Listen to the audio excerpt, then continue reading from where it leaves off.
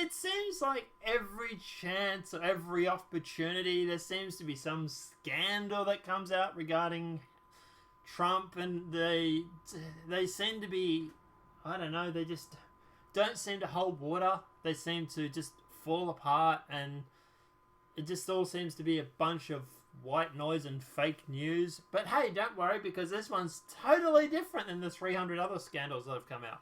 Possible play-to-play scheme for ambassador role in Trump administration uncovered by CBS News. Okay. What do you do when your impeachment proceeding fails? Divert attention away by claiming there was an ambassador scandal. But let's jump into it. So the CBS News investigation has uncovered a possible play-to-play scheme involving the Republican National Committee and President Donald Trump's nominee for the ambassador to Bahamas. Emails obtained by CBS News show the nominee, Sandy billionaire Doug Manchester, was asked by the RNC to donate $500,000 in his confirmation in the state hung in the balance. Chief Investigative Correspondent Jim Axelrod reports. When Hurricane Dorian ravaged the Bahamas in September, Manchester wanted to help, so the San Diego real estate developer, who prefers the nickname Papa Doug, loaded up his private jet with supplies and headed for a hard-hit Caribbean country where he owned a home and hoped to stop soon to be serving as a US ambassador. A Trump supporter, Manchester donated $1 million to Trump's inaugural fund. He was offered the Bahamas post the day after Trump was sworn in. Manchester said Trump told him, "I should probably be the ambassador to Bahamas. You should probably be president." Then for 2.5 years, Manchester nominated Stoll in the Senate. His Bahama relief trip caught the attention of President Trump. Trump tweeted, "I would also like to thank Papa Doug Manchester, hopefully the next ambassador to Bahamas." To be honest, this seems like it's a big bunch of fake news. Yeah, Ellen, CBS is fake news. Yeah, I would agree. To me, this seems like it's a guy who has a whole stack of money. He has a house in Bahamas. He has some vested interest in the area. He wanted to help out the country, so he threw supplies in his private plane, flew to Bahamas, and Trump probably turned around, noticed he was doing this, thought, hey, this guy wants to be an ambassador for Bahamas. He's helping them out. He's a Republican. Why wouldn't he make him an ambassador by this stage? It seems like it's a win-win for Trump, win for the Republicans, win for Bahamas. When you say things like, for example, play-to-pay or play-to-pay scheme, which, by the way, Hillary Clinton Foundation. Sorry, I had a bit of a cough. But yeah, when you go through and you start talking about pay-to-play, really? You want to go that far? You want to go calling it that?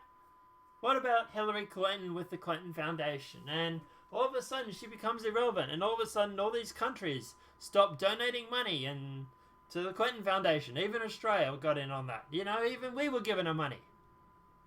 And Jeffrey Epstein didn't kill himself. Oh boy. But yeah, look, at the end of the day, like I say, yeah, I don't think this is pay to play. I think this is Trump realizing that some guy likes the Bahamas, has some invested interest in the Bahamas, thought, hey, he's doing a good thing for Bahamas. Why not give him this role as ambassador? But anyway, like I say, I think it's a bunch of fake news. But what do you guys reckon in the chat? Alright. House Democrats, my colleagues are tired, bored, and want to move on from impeachment. I think we all are, to be honest. I really, really think we all are. But anyway. Appearing on Fox News Sunday morning features Democrats Representative Jeff Van Drew from New Jersey, who opposes impeachment, revealed some Democrats privately expressing concern about the impeachment inquiry against President Donald Trump.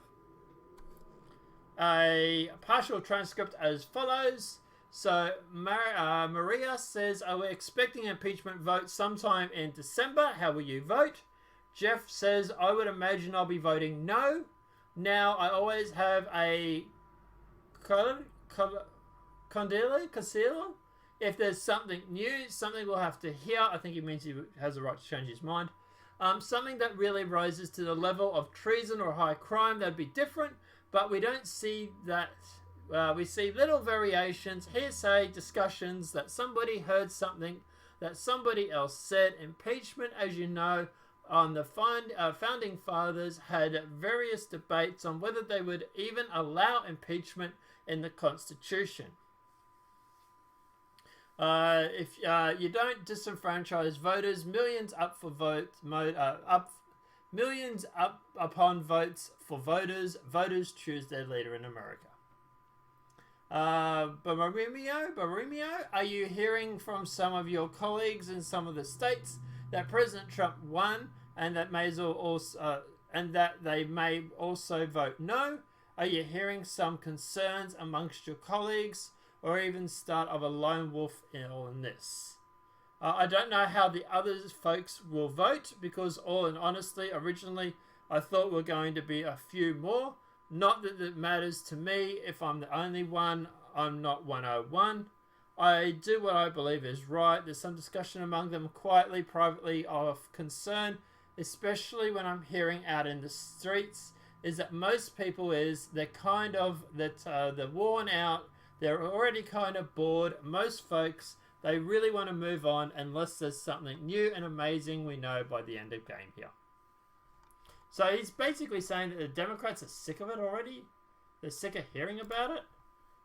We do actually have that video. We just suppose we'll play that for you. I would imagine that I'll be voting no. Now, I always, have a codicil if there's something new, something we haven't heard, something that really rises to the level of treason or, a high crime, that would be different. But we don't see that. We see little different variations, hearsay, discussions. Somebody heard something that somebody else said. Impeachment, you know that our founding fathers had vigorous debates of whether they would even allow impeachment in the Constitution. Yeah. You don't disenfranchise voters, millions upon millions of voters. Yeah. Voters choose their leaders in America. And are you hearing from some of your colleagues in some of the states that President Trump won, that they may also vote no? Are you hearing some concern amongst your colleagues, or are you sort of a lone wolf in all of this? So I don't know how other folks will vote, because in all honesty, originally I thought there were going to be a few more. Not that it matters to me if I'm 1 or I'm 101.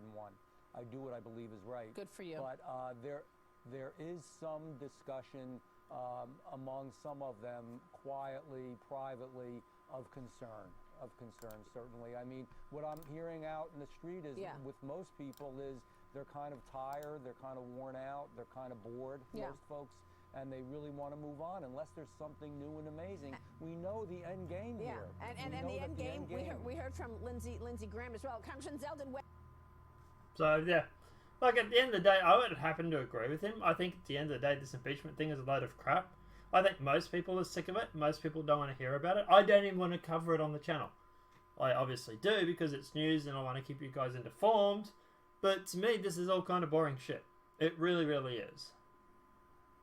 But, yeah, moving along. Democrat, obviously, who we just heard from, says he will vote no on impeachment, reveals other Democrat lawmakers quietly, privately concerned about Schiff's show trial, which we've already just heard. So, look, to be honest, I don't blame him. I'm sick of hearing about it. I imagine everybody else is. So, yeah. Not that surprised, to be honest. Of course, obviously, if your impeachment doesn't work, you can always try and go and claim that he made false statements to Robert Mueller. Oh, God, just give it a break, will yous? Oh, Jesus. I don't know anybody else, but I'm just sick of the Democrats and their desperate ploys to sort of derail the Trump administration. Well, the Trump administration was in power for 8 years. The Democrats, what did we do? Oh, we impeached. And that's it. That's all we really got around to, was impeaching and investigating. Oh, so you work with Trump to, do prison reform. Nah, don't be silly. Oh, what about, I don't know, did you go through and help, some of the veterans? Oh, God, no, don't be silly. It's a whole bunch of shit. It really, really is.